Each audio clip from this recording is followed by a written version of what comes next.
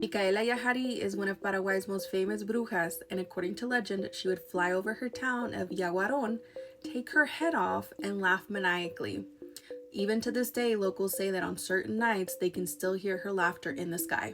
Nobody is quite sure when Micaela Yahari was born, but she was born in the city that is now known as Yaguaron in the country of Paraguay in South America. Micaela Yahari is often referred to as a payasera, which in Paraguay is somebody who practices chamanismo or shamanism.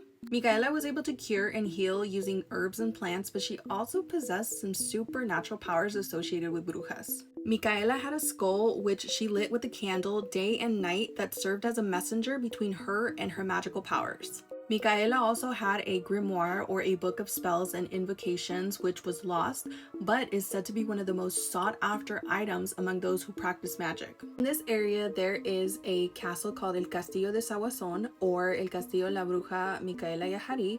And so this place is important because it's said that this is where Micaela used to bring anybody that she was helping with. Some locals will say that she never actually lived in the castle, but this was just like a meeting area, that there was actually a place outside of the castle between two wells that was considered a vortex, and this is where she would perform all of her magic. One of the things that Micaela was known for is traveling long distances in short amounts of time. So it's said that she would get from her home to the cerros and back within 10 minutes with all the herbs that she needed for her spells.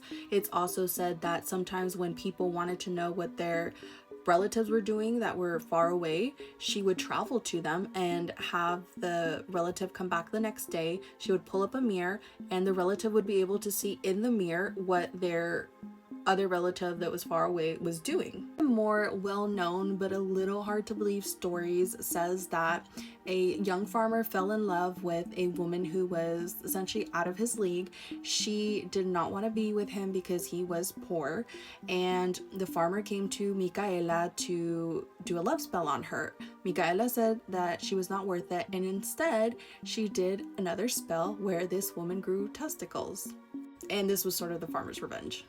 Towards the end of her life, Micaela Yahari went to the church and confessed her evil doings to the sacerdote, or the archbishop, who told her that the only way for her to be forgiven was for her to donate a bell to their tower, which she fulfilled.